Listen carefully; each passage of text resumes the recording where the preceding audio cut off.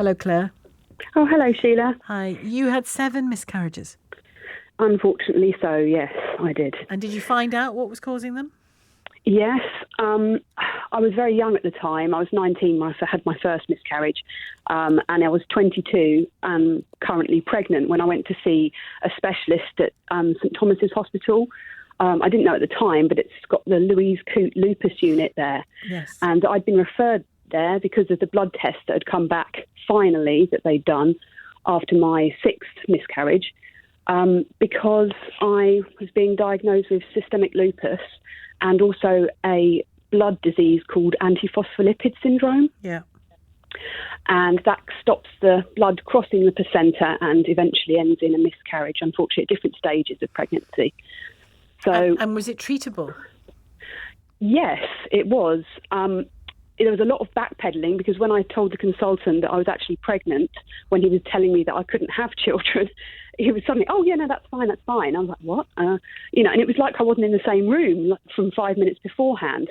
However, I was then referred to a consultant at my local hospital where we lived then and put on a course of heparin injections and aspirin and monitored every single week with scans, etc.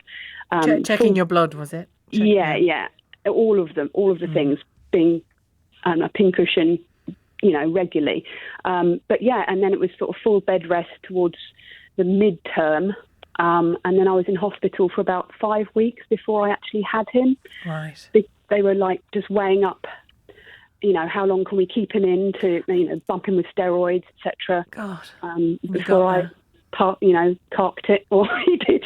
And it was just horrible. But yeah, and I wasn't prepared to have him. I just wasn't prepared because he was just going to be a miscarriage in my mind by that time. It was awful.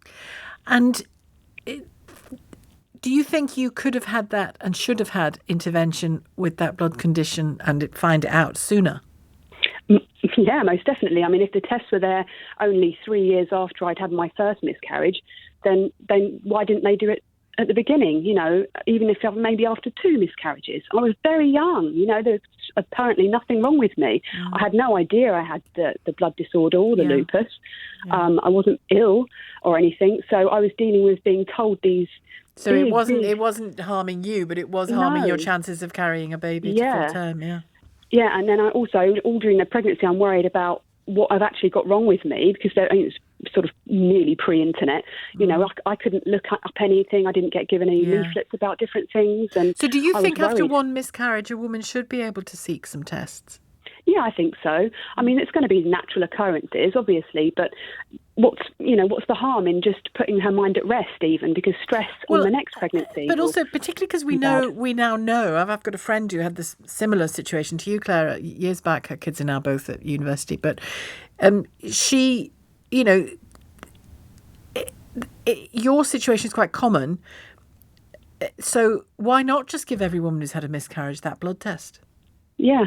It must be relatively simple, especially now. I mean, we're 24 years old. Yeah, it's known. Yeah, same kind of ages as my friend's kids. So if it is that routine now, it may not be clinically. I don't know what I'm talking about on that front. But if it is a simple blood test, why not give a woman that blood test after she's had a miscarriage?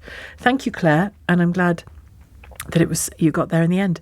That's Claire in Cambridge. It's 3:45.